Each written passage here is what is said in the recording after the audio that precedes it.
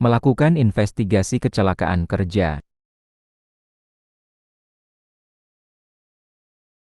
Outline, konsep, dan tujuan evaluasi K3, evaluasi pemenuhan persyaratan dan prosedur K3, tindak lanjut dan perbaikan sistem K3.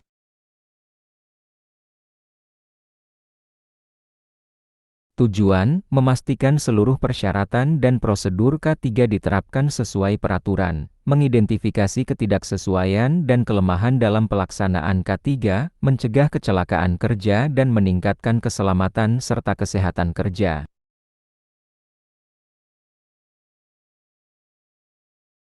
Pengertian kecelakaan. Kecelakaan kerja adalah kejadian yang tidak direncanakan dan tidak diinginkan yang terjadi di tempat kerja. Kejadian ini dapat mengakibatkan cedera, penyakit akibat kerja, kerusakan peralatan, atau bahkan kematian. Kecelakaan biasanya disebabkan oleh kombinasi tindakan tidak aman dan kondisi tidak aman. Setiap kecelakaan menunjukkan adanya kelemahan dalam pengendalian K3.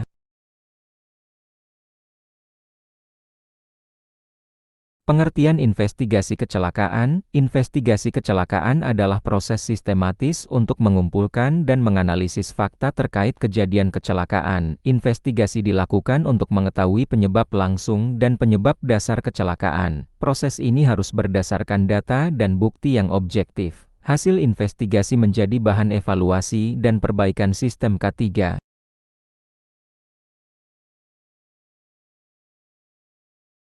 Tujuan investigasi kecelakaan. Tujuan utama investigasi adalah mencegah kecelakaan serupa terjadi kembali. Investigasi juga bertujuan mengidentifikasi kelemahan prosedur kerja dan pengendalian risiko. Selain itu, hasil investigasi digunakan untuk meningkatkan kesadaran keselamatan pekerja. Tujuan lainnya adalah memenuhi kewajiban peraturan perundangan K3.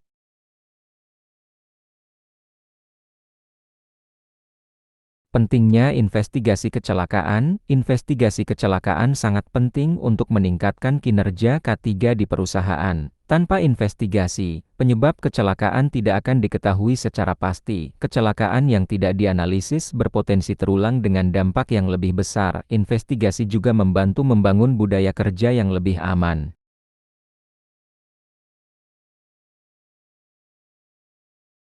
Prinsip dasar investigasi. Investigasi kecelakaan harus dilakukan secara objektif dan tidak menyalahkan pekerja. Fokus utama adalah sistem kerja, bukan individu. Proses investigasi harus terbuka dan melibatkan pihak terkait. Prinsip kehati-hatian dan kejujuran sangat penting dalam pengumpulan data.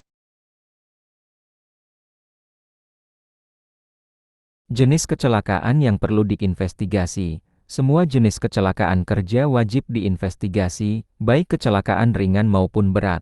Near miss atau hampir celaka juga harus diselidiki. Near miss sering menjadi peringatan awal sebelum kecelakaan besar terjadi. Dengan menginvestigasi near miss, potensi bahaya dapat dikendalikan lebih awal.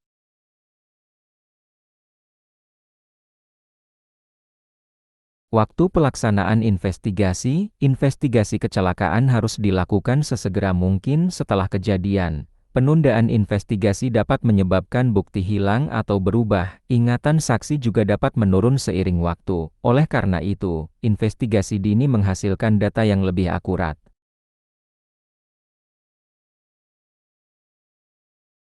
Tim investigasi kecelakaan. Tim investigasi biasanya terdiri dari petugas K3, atasan langsung, dan perwakilan manajemen. Tim harus memiliki pengetahuan tentang proses kerja yang sedang diselidiki. Anggota tim harus bersikap netral dan profesional. Kerja sama tim sangat menentukan kualitas hasil investigasi.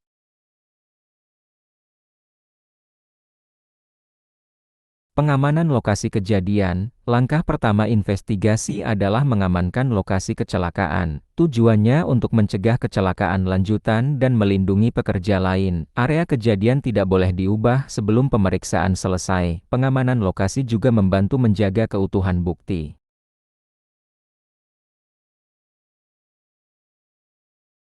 Pengumpulan data investigasi. Pengumpulan data dilakukan melalui observasi, wawancara, dan studi dokumen. Data harus mencakup kondisi alat, lingkungan kerja, dan aktivitas saat kejadian. Informasi yang dikumpulkan harus dicatat secara lengkap. Data yang akurat menjadi dasar analisis penyebab kecelakaan.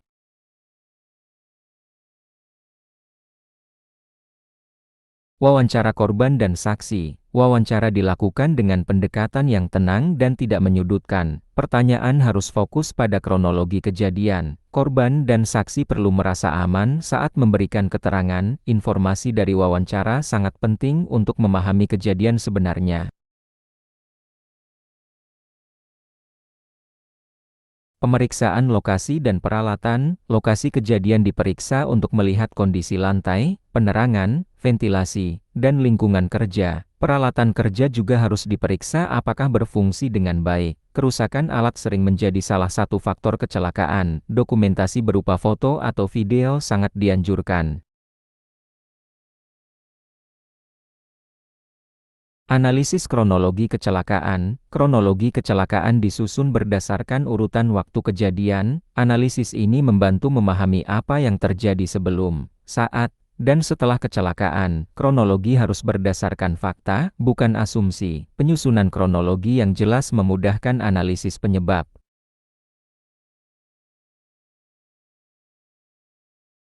Penyebab langsung kecelakaan. Penyebab langsung adalah faktor yang secara langsung menyebabkan kecelakaan. Contohnya adalah terpeleset, tersengat listrik, atau tertimpa benda. Penyebab ini biasanya mudah terlihat di lapangan. Namun, penyebab langsung bukan satu-satunya faktor yang perlu dianalisis.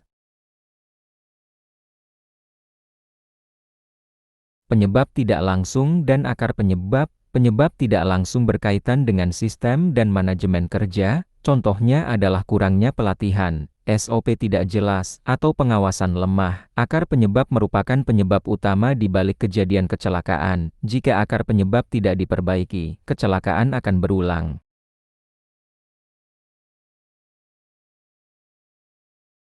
Metode analisis penyebab. Analisis penyebab dapat menggunakan metode sederhana seperti 5 why. Metode ini membantu menggali penyebab hingga ke akar masalah. Analisis harus dilakukan secara logis dan sistematis. Semua temuan harus didukung oleh data yang ada.